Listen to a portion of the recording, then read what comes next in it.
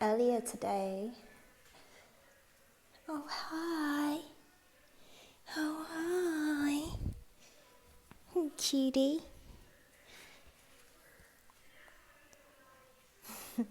Earlier today, I picked some wild flowers to make this little bouquet. I was inspired by a channel here I really like called Nature Patch. I'll leave it in the iCard or the description, and she's basically starting her own flower company where she makes bouquets, and she's just creating her flower garden now. And I was like, I love bouquets of flowers, so I thought I'd go and pick myself some wildflowers, and I think it looks really pretty here, doesn't it, Sage? Hey, Sage, say hello. What have you got under there? Is it a little lizard? Cutie. We got in a fight yesterday, came back all bloody. Stopped fighting with the other cats. But yeah, as you walk in the door, don't you think that just looks so pretty?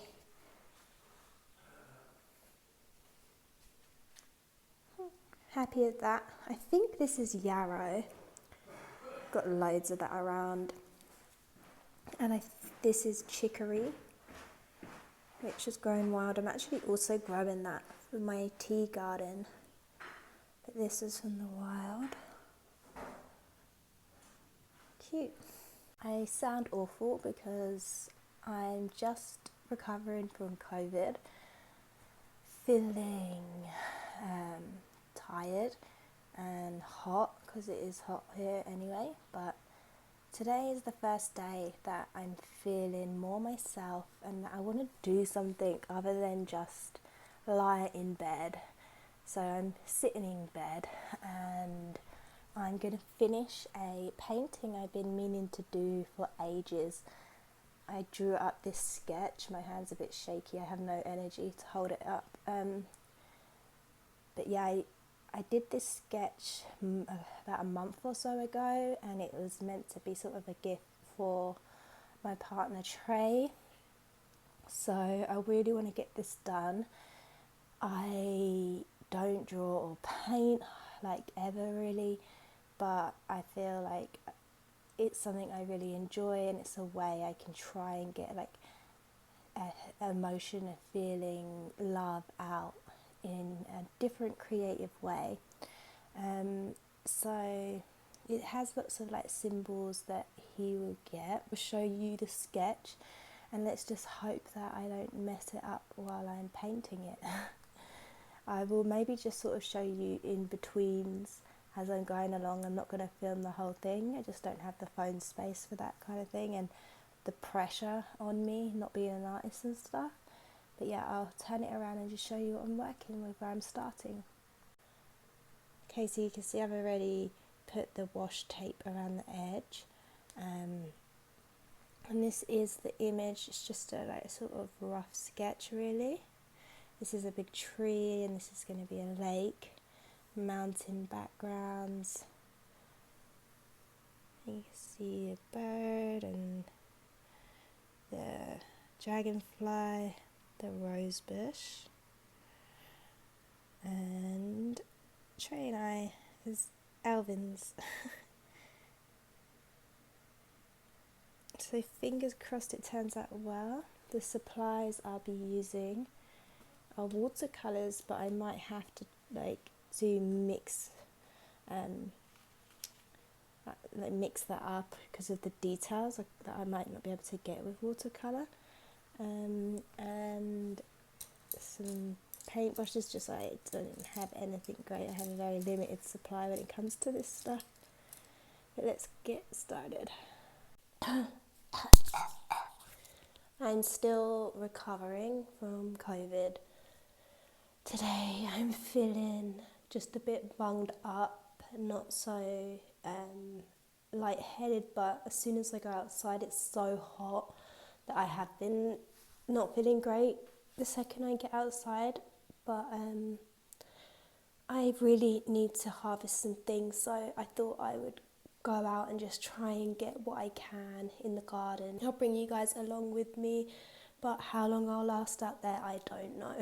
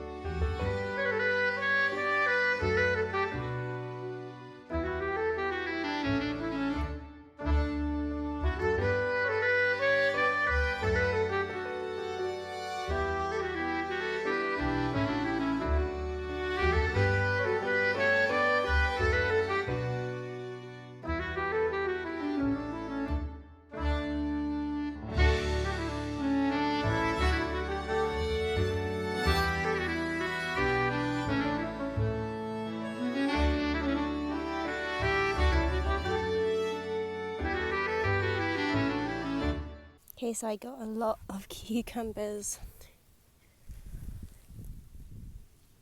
10, some pretty small, some really big, like this guy, so big, bigger than my hand, big chunky boy. I really need to figure out how to pickle these. They're prickly cucumbers, so I think these types are good for making gherkins, hopefully, to look it up. Okay, on to the tomatoes, getting quite loaded up already. So I sorted out all my tomatoes before I went away, and now they're all collapsed again, so I just sort of don't know what to do. It's too hot to be out here rearranging them again, but as you can see, quite a lot now have gone red, so I'm just going to be going around picking out the red ones. I am sweating, I have to come in. I got what I could. The chamomile, which I'm going to dry out in the sun, just place that out in the sun to dry. Quite a couple of strawberries. The thing with my strawberry patch is it's completely overgrown, so they're just getting eaten or going mouldy, or I can't find them with weeds overgrown. Lots of tomatoes. With these cherry ones, like there's some ones that are too small, but by the time they would grow, these would go bad, and I just didn't want to have to hand pick all these tiny tomatoes, so yeah, I just picked up the bunches that had a lot of red ones on, and that's just pretty much quite a lot of these cherries, and then some of these sort of small salad tomatoes as well that were ready, and a ton of cucumbers. Not bad. That is a different one that we saw, right? Yeah, that's not yellow. Because the one we saw had a yellow back.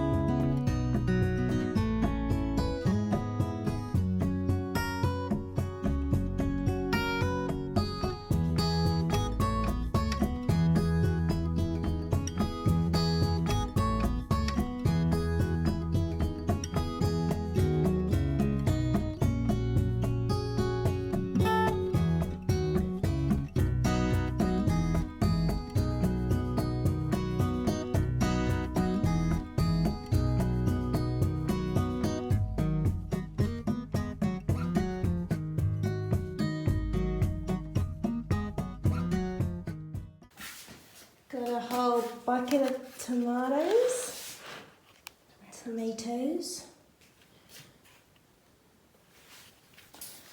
and a whole bucket and a half bucket of potatoes.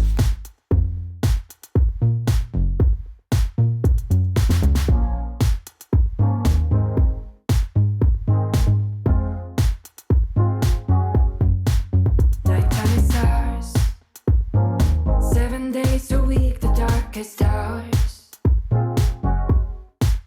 In a magic field, we let it all out, we're well concealed. And every moment when I'm with you, it's a blessing. No more stressing. So if you want to, come and hold me. Yeah, I know you need some cure for all the pain. What can I do? I keep falling for you. Wrong fall so true. I keep falling for you.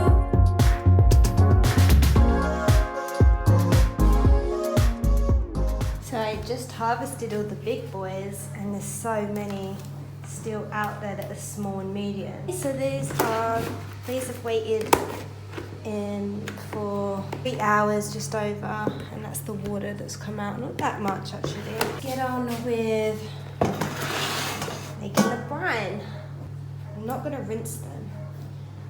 I'm gonna layer the slices in the jars. I'm gonna grab a grape leaf. So I just went and got some grape leaves because apparently these are good for keeping your cucumbers crunchy. He moved like a magnet, wearing holes in the carpet, counting steps to the back porch, same song from the screen door. He was a score on a mountain, waiting for a sign of rain. Hard horse with his head down, devoted to a way of being, but he broke wide open like a bird in spring, with a divine potion made of love and pain. He was really living, yeah man, all the way,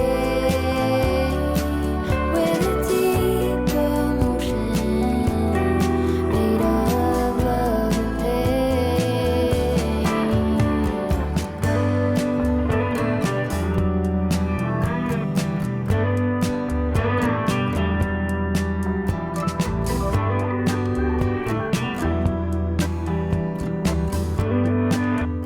Okay, let's hope I've made enough brine, otherwise I'll have to make more.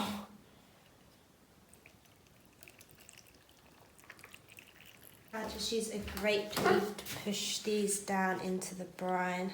Leave those to cool down to room temperature before I jar them up. And then close them up with their lids and put them in the fridge. There we are. I guess I'll be back for the taste test. I didn't have any spices, so these would be very plain pickles. But we will see. Fingers crossed they work out. I have some suspicions why they might not work out, and that is because the pickles that I used weren't the freshest. I picked them a few days before I sliced them and used them. And then the other one is that I don't have all the lovely spices or the dill to flavour them, so I don't know. Let's see. Hello, editing me here. I'm just editing this vlog right now, and I've got to the part where I mention a taste test, and no, I didn't film the taste test, but just know that we have gone through 2 of those jars already. They are delicious, even though I had no dill, herbs or spices. Getting fresh dill in France is impossible where I live. I've tried so many places. I will just have to remember to grow abundance of it next year if I'm going to be growing cucumber. So yeah, they tasted great considering. I bought some mustard seeds and celery seeds, so I think on the next batch I am going to try flavour with that, and I might even try to flavour with a bit of thyme, and even I think you can use parsley. So I might do some experimenting next time, but this wasn't a waste of time. They are getting eaten and they're delicious. I will also say that I didn't do any kind of water bath on these.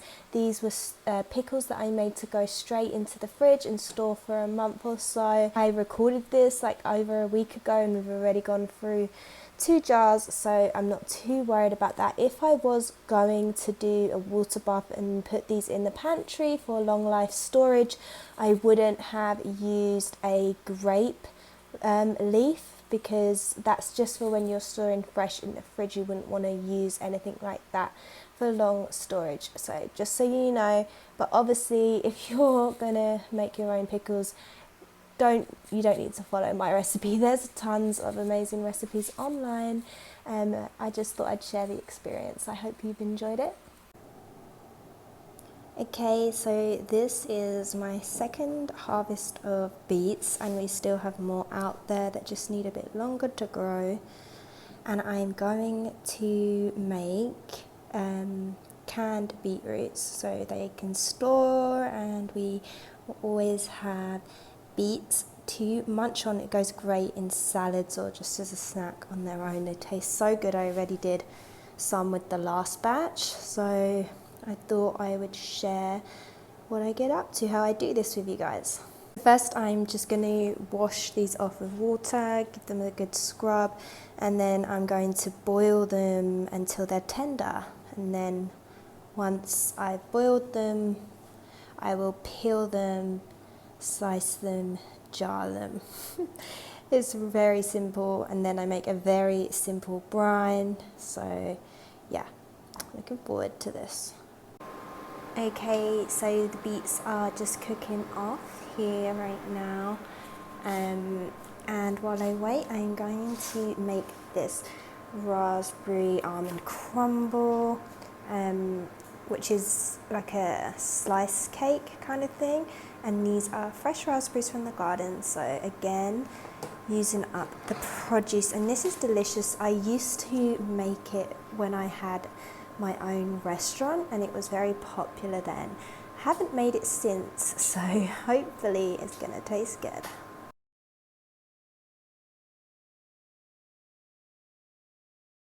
And one that can go straight in the fridge. This is the finished product. All the beets finished. They're sealed so they can go straight in the pantry. They don't have to go in the fridge. And this one was in the fridge. This is just a fresh one, so to keep it fresher and crispier, I put a grape leaf in, and you can hear the pop on top where that's not sealed. So it's not for the pantry, that's just for the fridge. Those ones are sealed, no pop on the top. Yeah, really happy with that. So I just reused old jam jars. You don't have to have anything fancy, and you can preserve your produce.